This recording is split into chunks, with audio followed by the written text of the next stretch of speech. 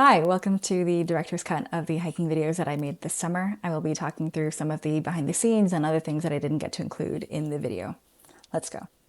This is day 45.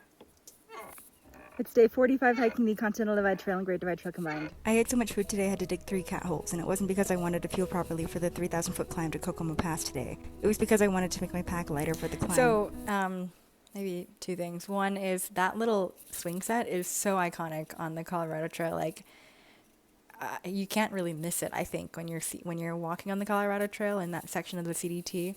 And so I just had to sit on it, obviously. Like, anytime you see anything that's nice to sit on when you're hiking, you got to sit on it. And then the other thing is, I was carrying a lot of food for some reason, and I felt like I was moving really, really slowly. I think I just maybe had too much from Twin Lakes. And so I just ate as much as I could so that I would get it off my back and get it through my system to maybe make the climb a little bit faster. Still, I felt like I was plodding along slowly up to the pass, but that is how you climb a mountain, step by step. Luckily, there wasn't too much snow on the way up until the end. On the north, that is something that I think that you really experience when you're hiking is like, okay, progress is slow, and it's just like little changes, little steps each day that get you to a huge goal, but it's always like these little step by step, you know?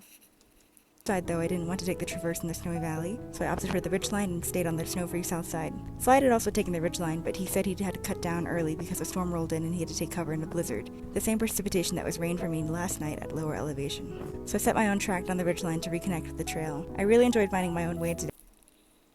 So what I was explaining there was essentially the rain that was for me like overnight on day 44 when I camped was snow for him over here, and then in the morning when he came down, this became a storm, or I guess the day before. Yeah, he did the section the night before, and he said that it was like snowing, so that he had to bail off of this section, off of the ridgeline to get down into the valley where it's a little bit safer in a storm like that.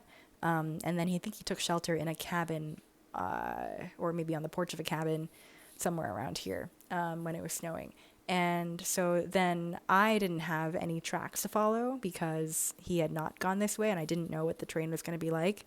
So it was my first time on trail of like, okay, I am now doing this section without anybody else ahead of me. And that was actually a great feeling because I, looked at the terrain, found my line, figured out where I wanted to go. This is kind of the valley that I was trying to figure out my way down. And I was trying to connect as many dirt stretches as possible. The more time I spend alone in the mountains navigating snow, the more confident I become in my own ability to manage the terrain. In the past, when I hiked the Sierra in a record snow year, oh my god, it was so dense there. I forgot how dense it was. I hiked with 7 men total. Then this year I did the San Juans with Slide, so I think a small part of me was convinced that they were the reason I made it through. No doubt they were, but it seems that I can also manage fine without them. Very solid day. See you tomorrow. That was such a really empowering thing for me to realize, like, hey, I can actually do this on my own. I don't need somebody else there to hike with me in order to be able to make it through these kind of dangerous situations alone. That was a good day. That's day 45.